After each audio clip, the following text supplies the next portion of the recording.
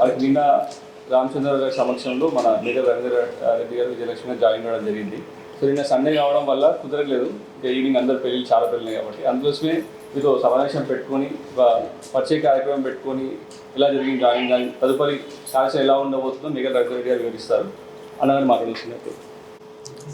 ఆదివారం రోజు నేను బీజేపీ పార్టీలో చేరడం జరిగింది. మన రాష్ట్ర బీజేపీ పార్టీ అధ్యక్షులు రామచంద్రరావు గారి ఆధ్వర్యంలో మన ఎంపీ కొండ విశ్వేశ్వర రెడ్డి గారు, అలాగే మన డిప్యూటీ ఎమ్మెల్యే అయినటువంటి శ్రీరాములు గారి ఆధ్వర్యంలో నేను పార్టీలో చేరడం జరిగింది. ఒకటి ఏంటంటే, నేను 35 సంవత్సరాల నుంచి రాజకీయంలో ఉన్నాను.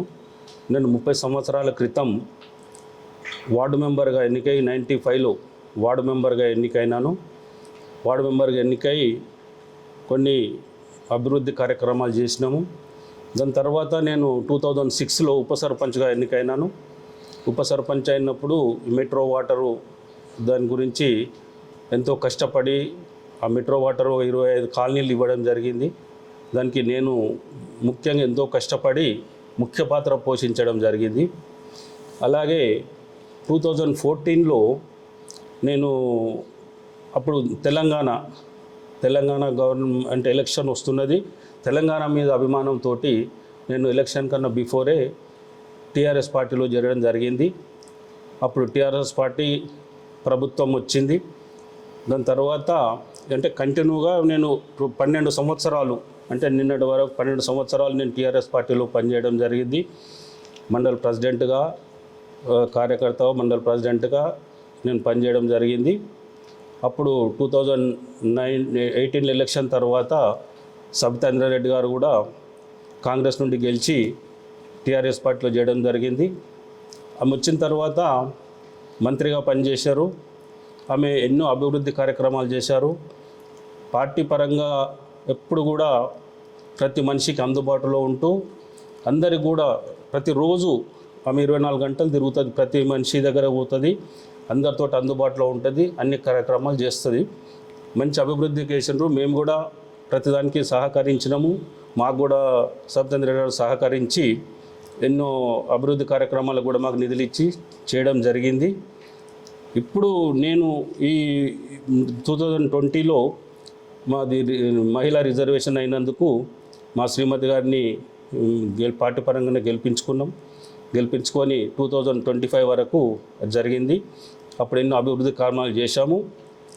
కాకపోతే ఏంటంటే నేను ఇలా పార్టీ వదిలిపెట్టి రావడానికి ముఖ్య కారణం ఏంటంటే, మన మున్సిపల్ కార్పొరేషన్లో మెయిన్ ఇంటి పన్నులు మన మున్సిపల్ కార్పొరేషన్ ఏర్పడినప్పుడు ఈ ఇంటి పన్నులు అనేది మనకు ఎట్లా అంటే బడంపేట కన్నా మనది ఎక్కువ ఉన్నది. బడంపేట కార్పొరేషన్ కన్నా ఎక్కువ ఉన్నది, ఇటు హైదరాబాద్ మున్సిపల్ కార్పొరేషన్ కన్నా ఎక్కువ ఉన్నది. ఓన్లీ మీర్పేట కార్పొరేషన్లోనే ఈ పరిస్థితి ఉన్నది. కాబట్టి ఇది వచ్చినప్పుడు బీఆర్ఎస్ గవర్నమెంటే ఉన్నది. మేడం గారికి కూడా మేము ఎన్నోసార్లు విన్నవించుకోవడం జరిగింది. అప్పుడు కూడా కాలేదు. అప్పుడు బీఆర్ఎస్ ప్రభుత్వం ఉన్నప్పుడు కాంగ్రెస్ వాళ్ళు ఎన్నో ధర్నాలు చేసిండ్రు, ఇంటి పన్ను తగ్గించాలి అని చెప్పి. కానీ అప్పుడు కాలేదు. తర్వాత కాంగ్రెస్ గవర్నమెంట్ వచ్చిన తర్వాత ఇప్పుడు ఇంచుమించు 2.5 సంవత్సరాలు అవుతుంది. ఈ 2 సంవత్సరాలలో కూడా ఇంటి పన్ను వాళ్ళు కూడా తగ్గియలేదు. ఎన్నోసార్లు విన్నవించుకున్నా కానీ ఎవరూ తగ్గియలేదు. ఈనాడు ఏందనంటే, మన మీర్పేట మున్సిపల్ కార్పొరేషన్ ఉన్నటువంటి ప్రతి ఇంటి వారికి అదనంగా అంటే ఎంత, 5,000 ఉంటే 25,000 వస్తుంది. అంటే 500%, 5 రెట్లు ఇది పెరగడం జరిగింది. ఇది ఎవ్వరు కూడా మోయలేని బరువు. ఇది అందరూ కూడా చాలా ఆందోళన చెందుతున్నారు. ఇటువంటిది ఒకటి అంటే 2 గవర్నమెంట్లు ఉన్నా కానీ చేయలేదు. కాబట్టి నాకు అక్కడ నుండి రావడం ఇష్టం లేక, ఇంకొకటి ఏంటంటే, ఈ పార్టీ వచ్చిన తర్వాత, కాంగ్రెస్ పార్టీ వచ్చిన తర్వాత ఎంతసేపు మన ముఖ్యమంత్రి కానీ వీళ్ళు కానీ ఎంతసేపు అవతలను తిట్టడం తప్పితే అభివృద్ధి కార్యక్రమాలు ఏం చేస్తున్నాము, సామాన్య మానవులకు ఏం చేస్తున్నాము, మధ్యతరగతి వారికి ఏం చేస్తున్నాము, ఇవన్నీ ఏమీ లేవు. ఎంతసేపు వాళ్ళు ఇటువంటి వాళ్ళు దొంగలు లంగాలు ఇది అది అని వాళ్ళు తిడతారు. వీళ్ళు దానికి కౌంటర్గా ఈయన అట్లా ఇట్లా అట్లా నేను అంటాడు.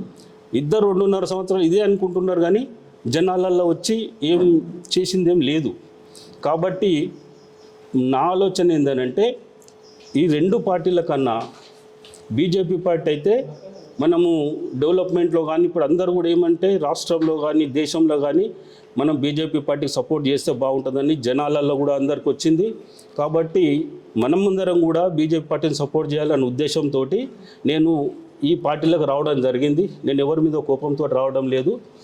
నేను కూడా అభివృద్ధి జరగాలని నాకు కావాల్సింది అభివృద్ధి. నేను ఎక్కడో నాకు ఇది కాదు, నా మీర్పేట మున్సిపల్ కార్పొరేషన్ అభివృద్ధి జరగాలి, దాని కొరకు అని చెప్పి నేను ఈ పార్టీలోకి రావడం జరిగింది. అందులో ఉండి కూడా మేము అడిగినాము, అంటే ఆ గవర్నమెంట్ తోటి కూడా కాలేదు, ఉన్నాను, అందుకనే ఉన్నాను. మేము కూడా మేడం గారికి విన్నవించుకున్నాము, అన్ని కమిషన్ అన్నీ చేసినాము, కానీ కాలేదు. సరే, దాని తర్వాత కాంగ్రెస్ గవర్నమెంట్ వచ్చింది. గవర్నమెంట్ వచ్చినప్పుడు కాంగ్రెస్ గవర్నమెంట్ చేయాలి. అప్పుడేమో ధర్నాలు చేసిండ్రు. ఇప్పుడు ధర్నాలు చేసిన వాళ్ళు కూడా ఉన్నారు. ఇప్పుడు ఆ గవర్నమెంట్ కూడా చేస్తలేదు. కాబట్టి రెండు గవర్నమెంట్లు చేస్తలేదు. ఇంకొకటి ఏంటంటే ఏదైతే గ్రేటర్ హైదరాబాద్లో కలిపిరు మనది, గ్రేటర్ హైదరాబాద్లో కలిపినప్పుడు గ్రేటర్ హైదరాబాద్కు సంబంధించిన అన్నీ మనకు కూడా వర్తించాలి కదా. మరి గ్రేటర్ హైదరాబాద్ కలిపి అవుతుంది. ఇప్పుడు మళ్ళీ అది వర్తించకుండా ఇప్పుడు ఓన్లీ మన మున్సిపాలిటీకి డబ్బులు ఎక్కువ వేయడం ఏంది? ఇదంటే ఇది ఎంత అంటే ఎవరు పట్టించుకునే నాదులు లేడు. ప్రశ్నించిన నేను చెప్తున్నా కదా, నేను లేదు ఇప్పుడు లేదు, అప్పుడు ఉన్నప్పుడు కూడా మేము చెప్తున్నా కదా, అప్పుడు ఉన్నప్పుడు కూడా మేము మేడంని అడిగినాము, కాలేదు. మళ్ళీ కాంగ్రెస్ వచ్చినాక కూడా మళ్ళీ అడిగినాము, కాలేదు. ఏమంటారు? లేదు లేదు, నా గౌరవం నాకు ఎప్పుడు ఉంటుంది. నేను ఎప్పుడు కూడా నేను ఏదో ఇది దాన్ని కాదు చేయలేదు. నా అభివృద్ధి నేను చేసుకుంటాను. నాకు అందరూ మేడం గారు అందరూ కూడా సహకరించరు, అందరూ సహకరిస్తారు, సహకరించడం అనేది ఏం లేదు. నేను ఆలోచన చేసింది ఏంటంటే ఇప్పుడు ఈ పరిస్థితులల్లో అందరూ కూడా మనం మోడీ గారికి కానీ వీళ్ళకు బీజేపీకి సపోర్ట్ చేయాలన్న ఉద్దేశం అంతే. నేను ఏదో అది అడిగి ఇది అడిగి నేను ఇది చేసేటోని కాదు. నేను మీకు తెలుసు, నేను ఎప్పుడు కూడా నేను ఎవరిని డబ్బులు అడిగినోని కాదు. ఇంతవరకు నేను 30 సంవత్సరాలలో ఏ నాడు కూడా నేను ఒక్కరి దగ్గరికి వెళ్ళి 9 పైసా తీసుకోలేదు. ఇది ఒక్కటి నాకు మంచి రికార్డు. ఇది ఇప్పటి వరకు లేదు. కార్పొరేట్ అంటే ఆశించడం తప్పేం లేదు. నేను వాళ్ళు కూడా నాకేమీ నీ కార్పొరేట్ టికెట్ ఇస్తాము అని చెప్పలేదు. మీరు రండి, మీకు ఇష్టం ఉంటే రండి, స్వాగతిస్తాం పార్టీలో, అంతేగాని అది అని చెప్పి నేను కూడా నువ్వు కంపల్సరీ మాకు టికెట్ ఇవ్వాలని కూడా నేను అడగలేదు. అది ఇంకా ఇప్పుడు రాలి టైం ఉంది కదా, ఇంకా ఆశించడం తప్పు లేదు. కానీ నేను ఎప్పుడైతే వాళ్ళు కూడా నాకు మాట ఇవ్వలేదు.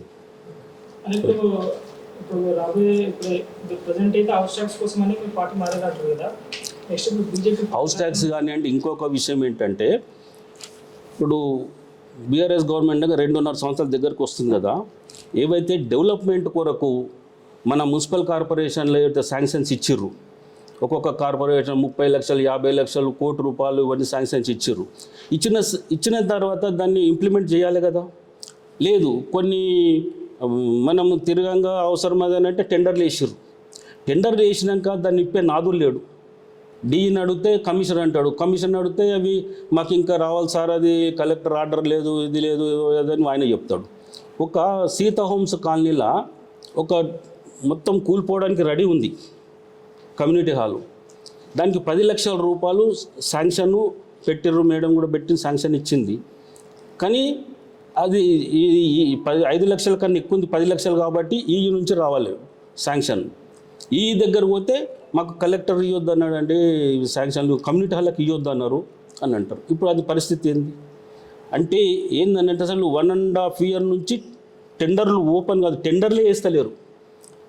ఇప్పుడు మన గ్రేటర్లో కలిసిన తర్వాత అన్ని వర్కులు క్యాన్సిల్ చేశారు.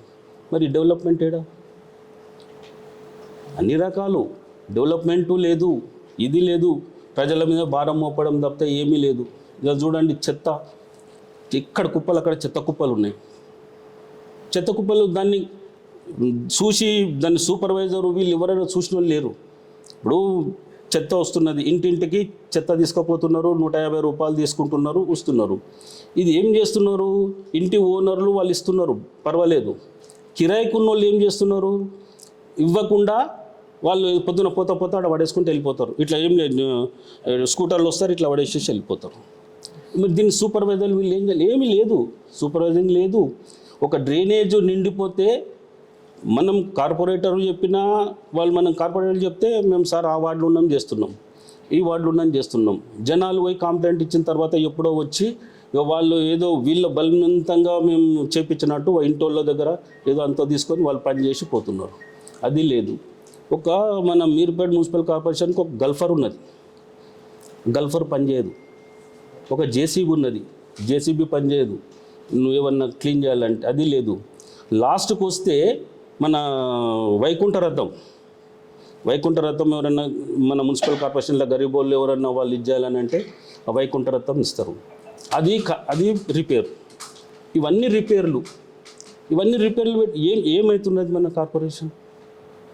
ఇక అన్ని రకాల ఇటువంటి రకాల ప్రాబ్లమ్స్ తోటి ఇవన్నిటితోటే నేను బయటకు వచ్చేసేసి చేయడం జరిగింది. నేను ఎవరి మీద కోపంతో రాలేదు. ఇప్పుడు కాంగ్రెస్ పార్టీలో మినిస్టర్ మీరు ఉప సర్పంచ్ ఉన్నప్పుడు అప్పుడు మీరు కాంట్రాక్టర్ కూడా సివిల్ వర్క్ కూడా చేసేది. అప్పుడు మీరు ఎమ్మెల్యే గారు ఏమంటే ఉండే మొన్న కూడా మీకు టికెట్ ఇచ్చింది, కార్పొరేటర్ చేసింది. మరి ఇప్పుడు బీఆర్ఎస్ అధికారంలో లేదు. మరి మీరు మేడం ఏమంటే ఉండాలి కానీ మరి ఇప్పుడు మీకు బీజేపీ కూడా అధికారం లేదు కదా. ఇప్పుడు నేను అధికార పార్టీలో చేరతలేను కదా. ఇప్పుడు బీఆర్ఎస్ అధికారం లేదు, నేను కాంగ్రెస్లో చేరితేనే అధికారం పార్టీలో చేరుతున్నట్టు, నేను ఏదో ఆశించి చేరుతున్నట్టు. నేను అందులో చేరతలేను కదా, బీజేపీలో చేరుతున్నా కదా. ఇది కూడా అధికారం లేని పార్టీ కదా. అధికారం లేని పార్టీ ముందుకు రావాలన్న ఉద్దేశంతో, అందరం సహకరించాలన్న ఉద్దేశంతో నేను ఇళ్ళకి వస్తున్నాను. ఇప్పుడు రాబోయే నెక్స్ట్ మీరు ఇప్పుడు బీజేపీ జాయిన్ అయ్యారు కదా, హౌస్ ట్యాక్స్ ప్రాపర్టీ గురించి బీజేపీ తరఫున మీరు ఏ విధంగా చేస్తాను. మీకు ముందు నేను ఇంకొక వారం 10 రోజులలో కూడా మీరు ప్రాపర్టీ ట్యాక్స్ నుంచి బీజేపీ చేసింది ఏం లేదు. బీజేపీ కాంగ్రెస్ అంటే ఇది ఏంటంటే ఇప్పుడు బీజేపీ చేసింది ఏం లేదు, కానీ ఇప్పుడు బీజేపీ ద్వారా రాష్ట్ర స్థాయికి తీసుకుపోదామని. అప్పుడు అందరం పోయినాం, కార్పొరేషన్లో మున్సిపల్ కమిషనర్కి ఒక లెటర్ ఇచ్చి వచ్చినాం, డివిజనల్ కమిషనర్కి ఒక లెటర్ ఇచ్చి వచ్చినాం, ఎమ్మెల్యే గారికి ఇచ్చి వచ్చినాం. వీళ్ళకి ఇస్తున్నాం. కానీ ఇది ఏందని అంటే ఇప్పుడు అంటే ఇంచుమించు సీఎం దాకా దీన్ని తీసుకుపోయి పరిష్కారం చేయాలి. ఇప్పుడు కార్పొరేషన్ అయిన తర్వాత అన్నీ చేంజ్ అవుతుంది. ఇది మనము డబ్బులు ఇచ్చేది ఇవన్నీ చేంజ్ అవుతుంది, మనకు చేసేదానికి చేంజ్ కాదు.